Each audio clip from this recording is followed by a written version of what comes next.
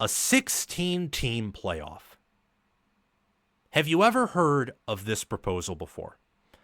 A 16-team college football playoff that is straight seeded, yes, has no byes, an even bigger yes, and then takes the traditional New Year's Six Bowls with their traditional conference alignment to the best of our ability and makes them third place consolation games. In my mind, that's an even bigger yes, but let me know your thoughts in the comment section down below. This is a viewer question, a question that a viewer posed to me about this format. He just wanted to ask me what I thought about it. So we're going to talk about that today. And before I tell you more details about it, more than the basics, please like, subscribe, hit the bell. Do those things. They're free, doesn't sign you up for anything. And comment your thoughts on this bracket down below. And visit the description to check out my Patreon page, merchandise store, and also the different channel podcasts that I have. Thank you very much, and I'll see you soon. Okay, so back to this. I love this format. I love this proposal, and I will make future videos about it. I wanted to do a segment to talk about it and express some thoughts I have.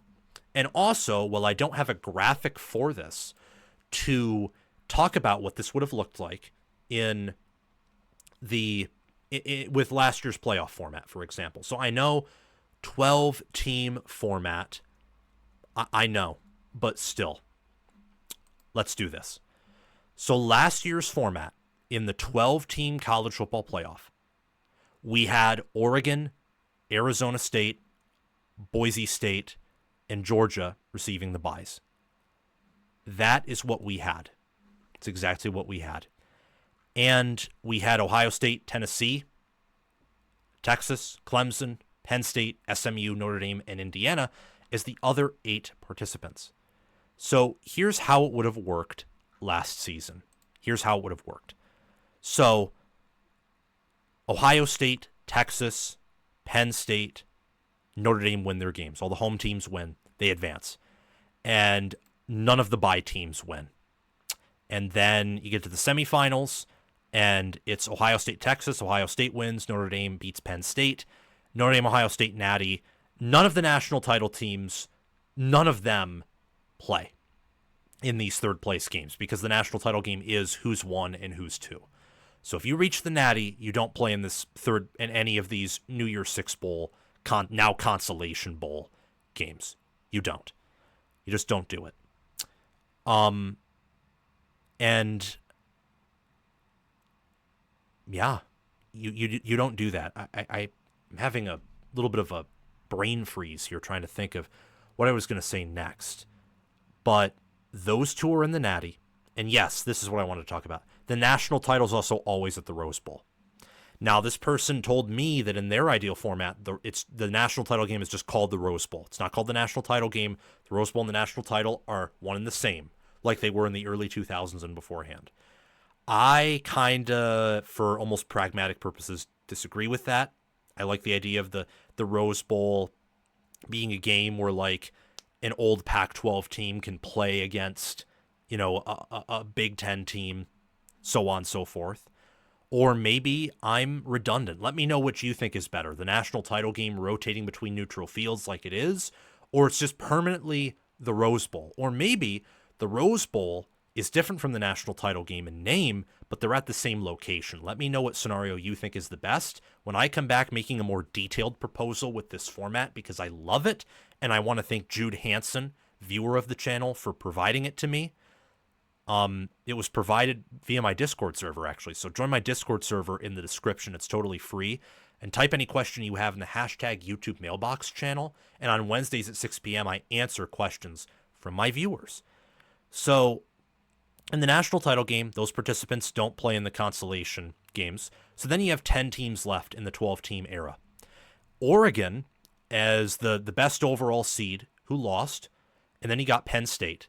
In a Rose Bowl, where maybe you let the best Pac-12 team fight the best Big Ten team remaining, maybe you have a Penn State-Oregon rematch in the Rose Bowl.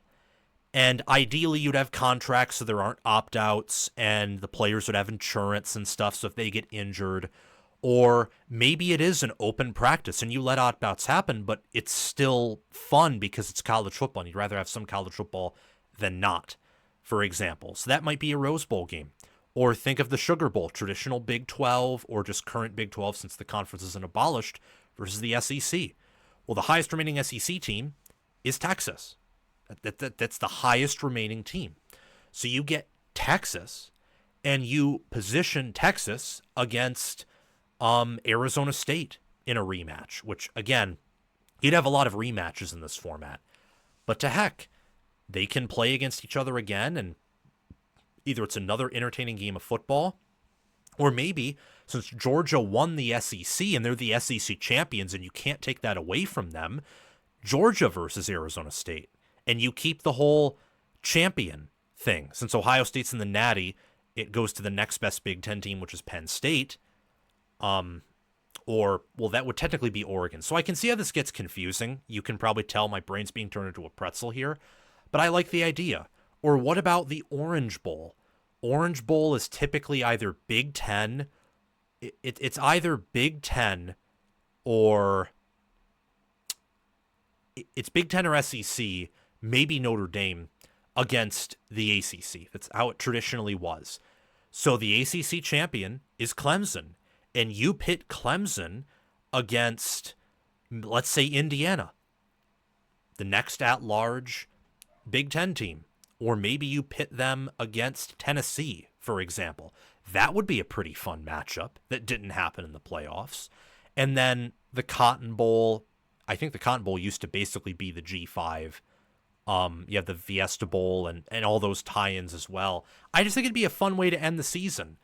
You get some extra practice time, maybe for backups. I know for a lot of these teams in the playoff, the season would already be long. This would be extending it for some of those teams. But the season wouldn't be longer for any of the teams who are playing in the Natty. And it would be a good way to host those games maybe leading up to the Natty game. Like the day or 2 days or 3 days before and say, hey, we have days of football leading up to the national title. So it's like getting you excited if you aren't fatigued, which was a problem last year.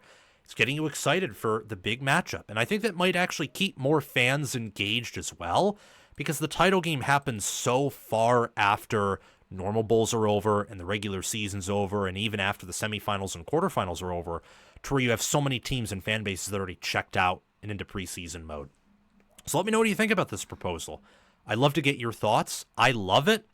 Obviously, there are some issues, but I love the overall concept. I think it does a good job of bringing back some traditions that we may not see again.